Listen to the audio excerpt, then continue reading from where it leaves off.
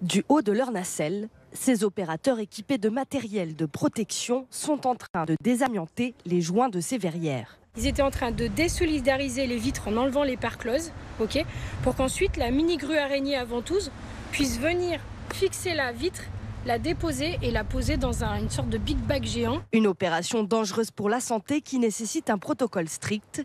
Les lieux sont confinés et comme les agents, les déchets rejetés sont eux aussi décontaminés.